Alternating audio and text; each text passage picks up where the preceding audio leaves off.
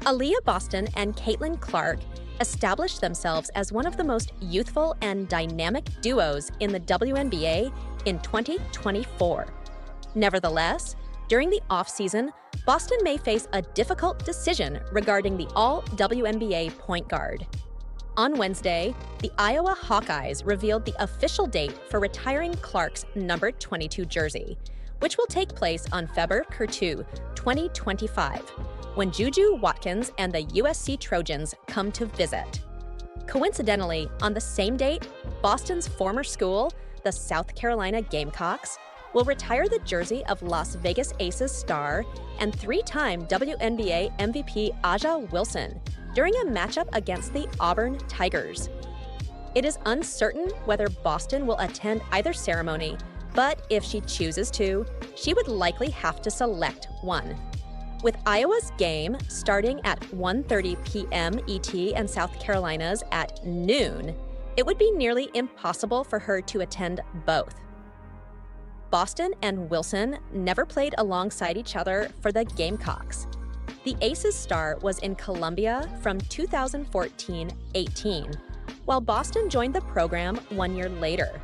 However, Boston has described Wilson as like a real sister to her. Boston publicly showed her support for Clark when Iowa announced the date of the ceremony. "It's always go Cox, but so happy for you, sista," Boston posted in an Instagram story. Congrats and go Hawks for today. Caitlin Clark is poised to receive an esteemed honor from the Iowa Hawkeyes on February 2nd, 2025, when the university will commemorate her number by retiring it. This occasion will undoubtedly be a significant event for all attendees, including Clark, who averaged 31, 6 points, 7, 4 rebounds, and 9 assists per game during her senior year with the team. Additionally, she became the NCAA's all-time leading scorer in both men's and women's divisions, highlighting her monumental influence on the sport during her tenure at Iowa. However, with Clark's number soon to be honored alongside those of Megan Gustafson and Michelle Edwards, ticket prices for the event have left fans perplexed. The game will feature Iowa facing the USC Trojans, and as expected, there is already substantial demand for tickets.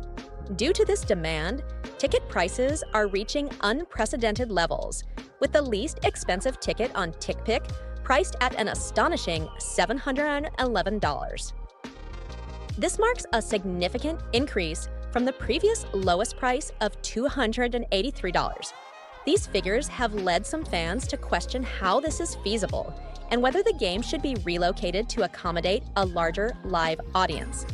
"I would have had it in the football stadium and probably cashed out even more," one fan suggested.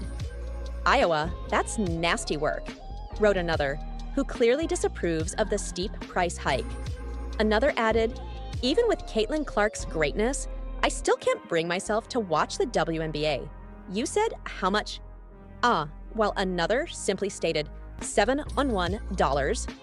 The rise in ticket prices is not surprising, especially since tickets for Clark's final home game were priced at $358 for standing room and $450 for regular seats. The Indiana Fever have made it abundantly clear that their primary objective in free agency is securing two-time All-Star Kelsey Mitchell. The 29-year-old guard has spent her entire 7-season career in Indiana, but the team now faces the risk of losing her as she approaches unrestricted free agency this offseason. Mitchell has already expressed her intention to stay with the Fever, yet she has not completely ruled out the possibility of exploring free agency. Another player whom Indiana might let go is veteran guard Erica Wheeler. The former All-Star is also set to become an unrestricted free agent when the window opens on January 21st, which is why Fever supporters are curious about the truth behind the rumors regarding her potential departure. It appears that some persistent fans have begun to annoy Wheeler. The 33-year-old made this clear on Tuesday with a straightforward message on X. Haha, I love how I post a tweet, and then y'all speak on free agency in my DMs, ha ha ha. Wheeler shared. Like y'all, Jan and Feb right there. Y'all gone know soon. At this stage, it is evident that Wheeler, who is currently playing for Nasibe Aydın GSK in the Turkish Super League during the WNBA offseason, is not ready to commit to her future with the Fever just yet. This is not unexpected, given that she will need to discuss a potential extension with the team, assuming the front office actually wants her back. Wheeler is coming off her second season in her second term with Indiana after playing for the Fever from 2016 to 2019. The 5'7" guard averaged 3 points, 4 rebounds, and 8 assists in 0 minutes per game last season. The Indiana Fever have several crucial choices to make in WNBA free agency this offseason.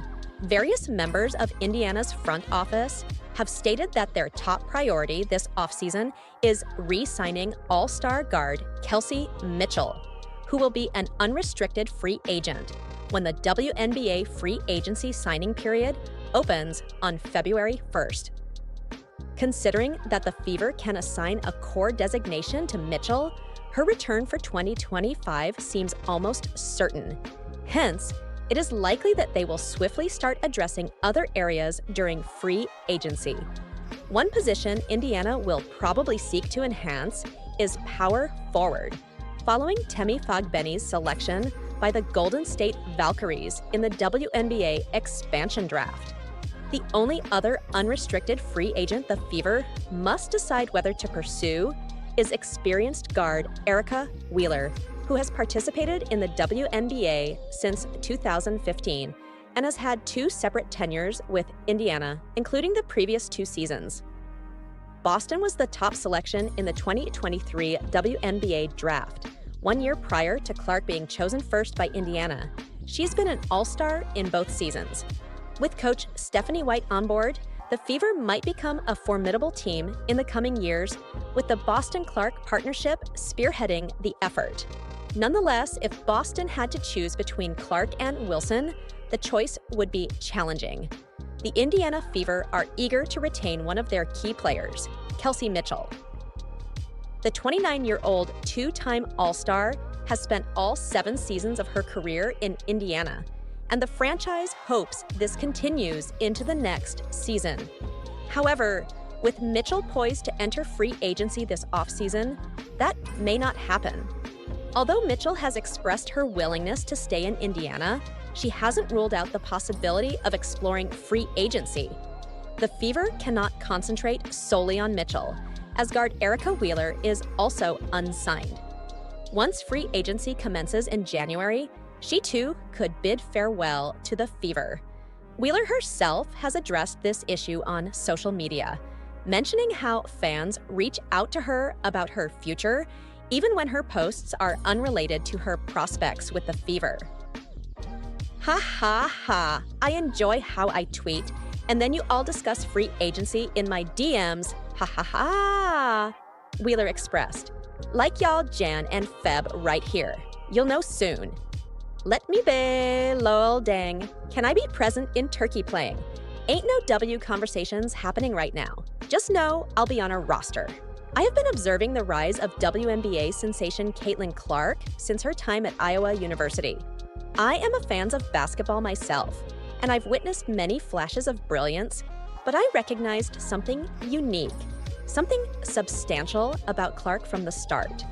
In her eyes and the intensity of her play, I could see that she possessed that determination, that relentless spirit that the greats exhibit.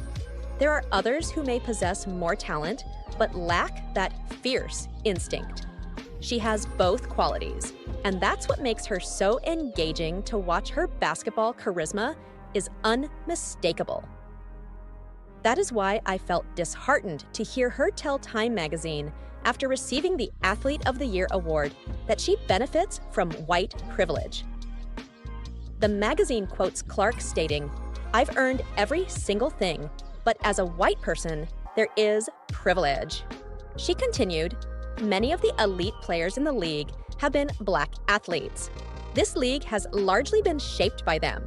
The more we can acknowledge this, discuss it, and encourage brands and companies to support those players who have made this league remarkable, I believe it is crucial. There is no doubt that Clark is genuine here. One significant distinction between my perspective and hers is generational.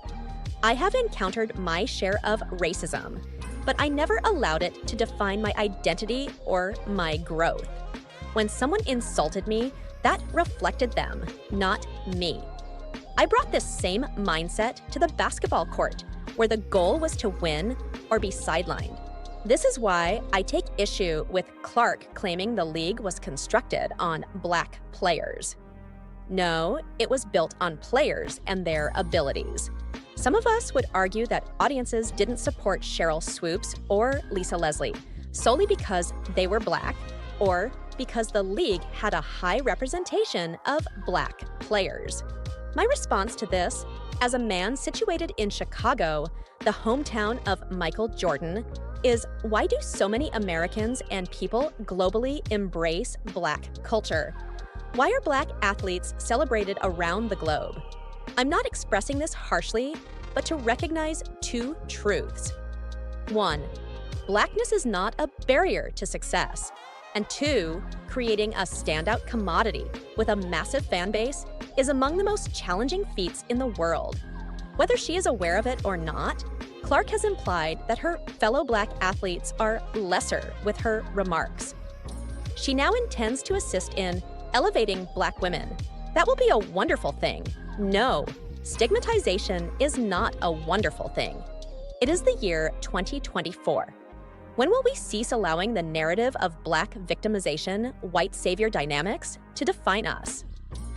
Did music legends James Brown or Aretha Franklin, who faced genuine oppression, rely on whiteness for salvation?